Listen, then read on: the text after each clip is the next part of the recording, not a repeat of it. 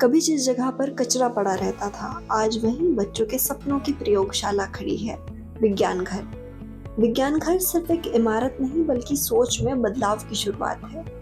खास बात यह है कि ये देश का पहला विज्ञान रियलिटी शो है, जहां प्रतियोगिता से ज्यादा महत्व अनुभव, प्रयोग और सीखने की प्रक्रिया को दिया जाता है। इस अनोखी पहल के संचालक दीपक शर्मा ने यह साबित किया है कि अगर इरादा मजबूत हो तो एक छोटी सी जगह भी बड़े बदलाव की कहानी लिख सकती है।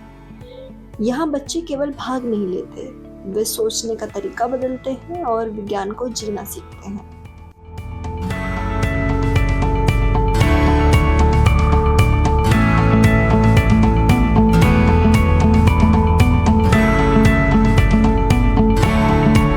सबसे पहले हम आपसे ये जानना चाहेंगे कि विज्ञान घर का विचार सबसे पहले आपके दिमाग में कब आया और पहली बार कैसे आया?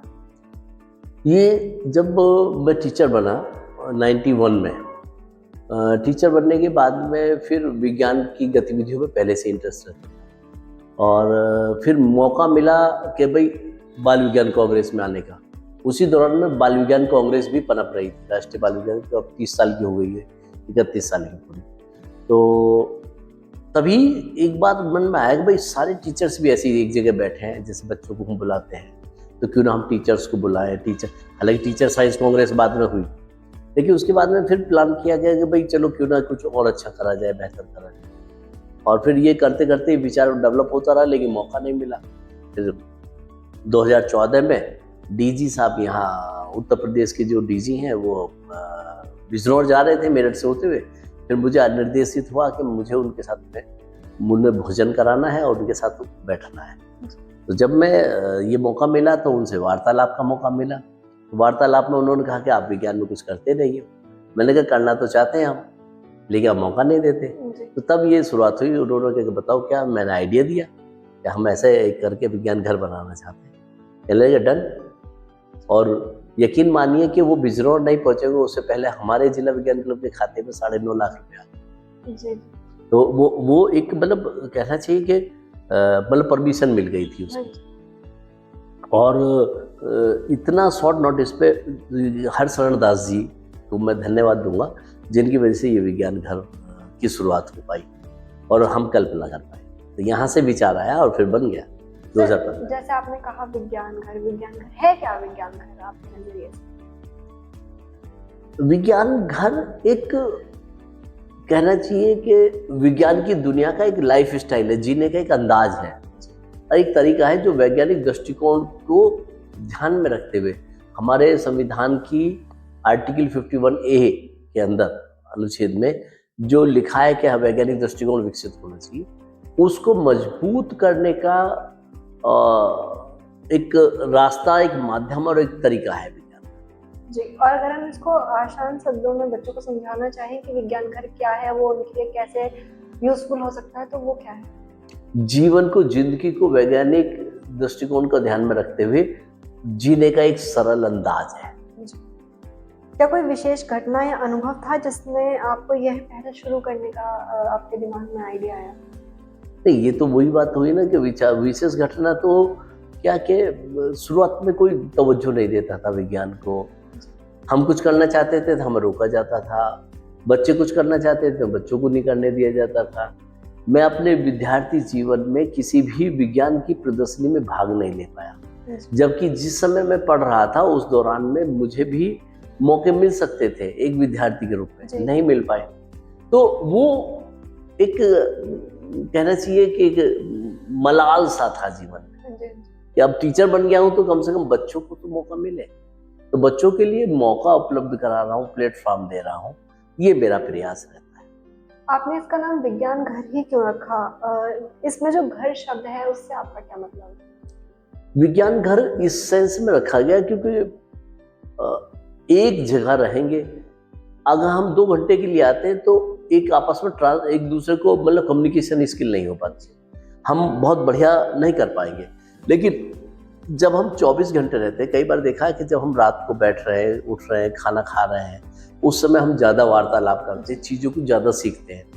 जब शादी विवाह में बच्चे आते हैं ना, मामा फूफी के सारे भैया आते हैं, तो सारे बच्चे जब एक साथ रहते हैं तो एक दूसरे के साथ शेयर करते हैं अपने अपने अनुभव को, तो एक नए तरीके का उनके आपस में बॉन्डिंग डेवलप होती है। तो मुझे लगा कि जब इस तरह से लोग रहेंगे तो एक नई प्रकार की बॉन्डिंग उनके अंदर आएगी, तो वही बॉन्डिंग उसको देखने और समझने के लिए बनी। जी, क्या शुरुआत से ही ये सिर्फ एक कार्यक्रम था या शुरू से ही आपके दिमाग में था कि इसको घर की तरह स्थापित करना है? ये एक ऐसा घर, एक ऐसा कैंपस है, प्रांगण है, जो एक विज्ञान का आंदोलन है जो देश को डेवलप होने का रास्ता में मजबूत करने में, सुदृढ़ करने में, भारत को विकसित करने में योगदान दे सकता है। ये शुरू से प्लान था, खाली कार्यक्रम नहीं था। कार्यक्रम तो वो होते हैं दो ढाई घंटे में समाप्त हो जाते हैं। टेंट लगता है, मेज लगती है, लोग आते हैं, बैठते हैं, चाय पीते हैं, भाषण देते हैं, लंच करके चले जाते हैं। लेकिन मेरा उद्देश्य ये नहीं था। मेरा ये उद्देश्य जिंदगी के साथ जीने का अंदाज है। जीवन में हमें हर क्षण हर वक्त क्यों नहीं हम वैज्ञानिक दृष्टिकोण से सोचते, क्यों नहीं हम उस चीज को इस्तेमाल करते, क्यों हम गैर वैज्ञानिक बातों पर ध्यान देते, तो उससे अंधविश्वास भी दूर होगा, परंपरागत तरीकों का उपयोग भी होगा और जीवन में हम बहुत बेहतर कर सकते। जी, जिस जगह पे आज विज्ञान घर बनके तैयार होने वाला है, वह पहले कैसी थी? इसकी शुरुआत कैसी है? ये 2008 की बात है। 2003 में जब 2008 में 6-7-8 में तत्कालीन डीएम थी कामिनी रतन चौहान मैडम। तो जब वो 3-4 के आसपास में यहाँ सीडीओ थी, तो तब उनसे वार्तालाप होती थी। वो हमारे हर कार्यक्रम में आती थी। मैं एक दिन पहले उन्हें बताता था कि हमारे कार्यक्रम में आना है, और अगले दिन वो आ जाती थी, बड़े शॉर्ट नोटिस पर। तो हर वक्त वो ऐसी कहती थी। कई बार तो वो इतना नाराज हो जाती थी, कहती थी कार्यक्रम संपन्न होने वाला हो तब बताया करके मुझे आना है, ऐसे बताता है लास्ट मोमेंट में। तो इस तरह से भी कहती थी। तो तब उन्होंने कहा कि तेरे लिए एक ज़रूरत है जगह की, कि जहाँ पर विज्ञान को, उनसे मेरे बातचीत में ये बात समझ में आई, निकल के आया कि एक जगह की ज़रूरत है जहाँ पर हम विज्ञान को कुछ बढ़िया कर पाए। और जब ये दोबारा डीएम बन के आई हैं, तो सबसे पहला काम कहने लगे, हाँ अब तेरे लिए मेरे पास टास्क है, अब तुझे वो जगह खोजनी है। तब उन्होंने 68 भवन मेरठ के दिए मुझे। मैं 68 के 68 तो नहीं जा पाया, लेकिन जब 20-25 में गया तो मुझे समझ में आ गया कि मैं तो दौड़ता ही रह जाऊंगा, ये 68 भवन में विज्ञान नहीं चला सकता। तो फिर उन्होंने मुझे कहीं ना कहीं कुछ डिस्प्यूट थे, कहीं कुछ था, तब लास्ट में आके मुझे ये जगह दी। कहने लगे कि यहाँ किसी प्रकार का डिस्प्यूट नहीं है, ये वाली जगह आपने, तो ये जगह उपलब्ध है। ये शुरुआत में कैसी थी और उसके बाद आज? शुरुआत में भी जो नई बनी थी ये बिल्डिंग अच्छी थी। हमने कोशिश किया, काम किया इसमें। भराव की कमी तब भी थी। तब मैडम कहती थी इसमें भराव करा देती हूँ। तब मुझे लगता था भराव में बहुत पैसे खर्च होंगे, तो मैंने कहा मैडम से क्यों खर्च कराए, तो मैं थोड़ा सा उसको अवॉइड करता था। लेकिन टेलीस्कोप भी लगाते थे हम यहाँ, और उद्घाटन भी बड़ा मजेदार हुआ था इसका। 28, मुझे आज भी याद है, 28 फरवरी 2009 तो रात को बिजली नहीं थी। मोमबत्ती में जिलाधिकारी मैडम और जो समय के जो सीडीओ थे जीएनएस राजू, तो वो कर्नाटक के थे, वो लोग आए रात को 9 बजे। हमारी पूरी टीम थी और हम सब लोगों ने मिलकर यहाँ उद्घाटन किया था। तो वो दिन कभी नहीं भूल सकते जब हम लोगों ने वो उद्घाटन का समय था। आपसे बातचीत के समय मुझे पता चला कि जब ये शुरुआत हो रही थी तो यहाँ पर कचरा भी बहुत था, और तब क्या लगा कि यहाँ संभव हो पाएगा या नहीं हो पाएगा? बीच में चोरियां होती रही, जो लकड़ी के दरवाजे थे वो टूटते रहे। 2011 से शुरुआत हो गई, 2 साल तो कुछ नहीं हुआ, लेकिन 2 साल के बाद में 2011 में दिवाली पर हम दिया जलाने आए थे और उसी रात चोरी हुई। तो दरवाजे तोड़ दिए गए थे, दीवारें तोड़ दी जाती थी, हम रिपेयर करा। मैं अपने, क्योंकि हमारे पास कोई संसाधन है, पैसा तो था नहीं, तो मैं अपने पॉकेट से ही दीवार भी ठीक कराता रहता था। दरवाजे लकड़ी के तोड़ दिए तो मैंने लोहे के दरवाजे लगवाए। अब कोई संसाधन और धनराशि ना होने के बावजूद भी मैं अपनी पॉकेट से ही करता रहा ये सारी चीज़ें। फिर बार बार मेरा मन था कि इस जगह का सदुपयोग होना चाहिए, नहीं तो फिर वापस करते। इतनी जगह हमारी सामने भी पड़ी। तो पिछले साल होली पर मार्च अप्रैल में हमने मन बनाया, हमारी टीम में जो लोग थे उन सब के साथ मिलकर हमने एक मन बनाया कि भाई अगले साल विज्ञान घर। हाँ, ये बात अब ये सामने आई बार बार कि भाई क्यों ना विज्ञान घर लोग जो ना देखना चाहते हैं। जब कार्यक्रम हो जाता था, 4 अभी तक हो चुके, तो हर बार जब कभी कोई नया आदमी मिलता, कह रहे बड़ी तारीफ सुनी आपके विज्ञान घर, हम देखना आना चाहते हैं उसे। लेकिन वो भूल जाते थे कि वो तो सेटअप लगाते थे हम। जी जी। तो ये उनकी लोगों के क्वेश्चन मार्क ने हमें ये सोचने को मजबूर करा कि क्यों ना हम विज्ञान घर को एक ऐसा स्थापित कर दें कि उसके जो प्रयोग है या उसके अंदर का जो एक स्थापित सस्टेनेबिलिटी है वो दुनिया देखना है। कैसे हवा से बिजली बन रही है, कैसे सौर ऊर्जा से बिजली बन रही है, जमीन से पानी निकल रहा है और टॉयलेट्स कहते हैं, यहाँ पर पारिस्थितिकी तंत्र की सिस्टम कैसे काम करता है, इन सारी चीज़ों को प्लान किया। तो अभी धीरे धीरे करेंगे, एकदम से तो हो नहीं सकता, अभी भी कई साल लग जाएंगे इसमें। लेकिन मेरा पक्का विश्वास है कि यहाँ जो कुछ होगा, प्राकृतिक, परंपरागत और आधुनिक विज्ञान दोनों को एक साथ मिलकर कदम ताल करेंगे और फिर एक ऐसा संग्रहालय के रूप में एक विज्ञान घर तैयार हो जाएगा जिसे दुनिया देखने आया जी और समझने की कोशिश। जी, जैसे आपने कहा कि पिछले साल आपने सोचा कि इसको आपको स्थापित करना है, तो जब से अब तक आप नगर निगम और टीम और समाज को किस तरीके से देखते हैं? क्या सहायता उन्होंने आपकी? समाज मना तो नहीं करता, लेकिन समाज सहयोग भी नहीं करता। समाज के अंदर एक अपने अलग प्रकार के सिस्टम काम करता है, तो थोड़ा सा स्वार्थीपन भी होता है समाज में। लेकिन लोग सहयोग देना चाहते हैं, ऐसा नहीं है कि नहीं देना चाहते। लोगों को सहयोग देने के लिए तरीके होते हैं और आजकल अलग अलग प्रकार के तरीके हैं। लेकिन सबसे पहले मैंने सोचा कि पहले सरकारी तरीके का ही उपयोग किया जाए, क्योंकि जमीन सरकार ने हमें काम करने के लिए। तब मैंने ये जब प्लान आ गया, डॉक्टर सीमा जैन जी से बात हुई, भारत सरकार से बात हुई, तो भारत सरकार ने कहा कि विज्ञान घर को इस बार हम सपोर्ट करते हैं, तो इस बहाने से वो सपोर्ट हो जाएगा। दूसरी बात आई कि सब ये सपोर्ट करेंगे तो जो है विज्ञान घर का ये दीवारें आपकी जो सुरक्षित नहीं है, कुछ भी काम करेंगे चोरी हो जाएगी। सारा सड़क दीवार गिर गई थी, तो लोगों ने कूड़ा घर बना दिया था इसे। तो धीरे धीरे हमने उसको साफ करना शुरू करा और फिर जो दीवार गिर गई थी उस दीवार को ठीक, अब डीएम साहब से रिक्वेस्ट किया, तो सीडीओ मैडम का रोल उसमें बहुत महत्वपूर्ण रहा। सीडीओ मैडम और डीएम साहब के माध्यम से हमें ये विज्ञान घर के लिए छत रिपेयर, नई छत का फर्श बन गया, आपका दीवार बन गई, तो ये एक अच्छा काम हो गया और ये बहुत ही बढ़िया काम हो गया। तो इस नाते अब ये काम हो रहा है, तो विज्ञान घर की शुरुआत हो रही है। मैं ये नहीं कह सकता कि अभी जो विज्ञान घर बनने जा रहा है ये परफेक्ट हो जाएगा, सारी चीज़ें कंप्लीट हो जाएंगी। इसमें अभी शुरुआत है और आगे भी समय लगेगा। लेकिन हाँ, यहाँ पर सुरक्षा की बहुत कमी है, तो मैंने मन बनाया कि अब गार्ड नहीं है तो मैं ही रहना शुरू करूँगा यहाँ। सुरक्षित तो रखना है सामान को, अपना सामान सुरक्षित तभी रह सकता है। वो तो अच्छा है, ये कर्मचारी काम कर रहे हैं बेचारे, तो यहाँ सब सामान सुरक्षित है। काम नहीं होगा तो फिर दिक्कत आ जाएगी, तो इसलिए हमने कहा कि ये सुरक्षित रहना चाहिए और इसलिए अब हम इसको करा देंगे। सर, जैसे हम भवन में एंट्री करते हैं तो उसमें वैदिक प्लास्टर का आपने इस्तेमाल किया हुआ है, तो वैदिक प्लास्टर कैसे अलग है दूसरी चीज़ों से? देखिए, वैदिक प्लास्टर पुराने परंपरागत तरीकों में था।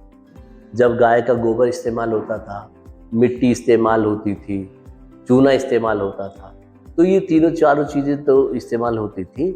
तो उससे क्या होता था कि बाहर की जो ऊष्मा रोधक का काम करता है, बाहर की गर्म हवा को अंदर नहीं आने देता और अंदर की ठंडी हवा को बाहर नहीं जाने देता। तो इस प्रकार से ये सारी चीज़ें होती हैं। तो आप उसके लिए हम एक काम कर सकते हैं कि हमने इसको वैदिक प्लास्टर को पक्की के ऊपर कर दिया, जिससे गर्मियों में ठंडा रहेगा हॉल और सर्दियों में गर्म रहेगा। तो दोनों काम ये होने लगे।